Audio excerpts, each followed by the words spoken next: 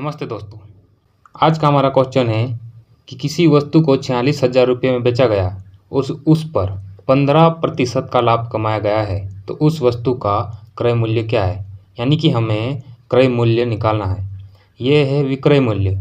विक्रय मूल्य है और इस पर 15% का लाभ लिया गया है, तो हमें क्रय मूल्य निकालना है। तो इसका निकालने का दो तरीके हैं।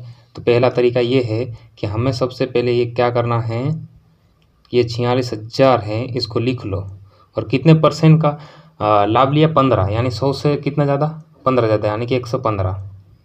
ठीक है, 115 लिख लो और 100 इधर लिख लो। ठीक है, अब हमें काटना है।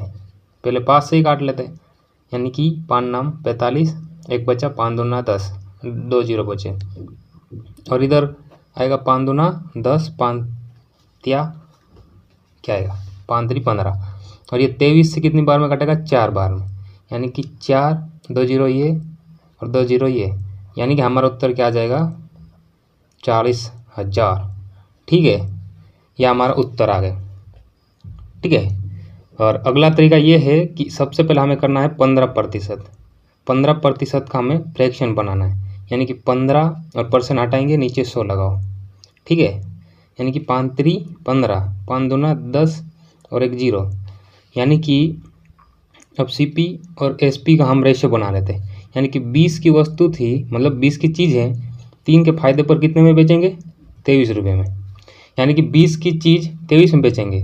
और ये एसपी है और हमें दिया भी कौन सा है, एसपी ही दिया है, क्वेश्चन में एसपी दिया है, यानी कि 23 बराबर 46,000 हमें दिया है। तो अब काटेंगे 23 से कम 23, 23 दूना 46। अब हमें क्या पूछा है, क्रय मूल्य।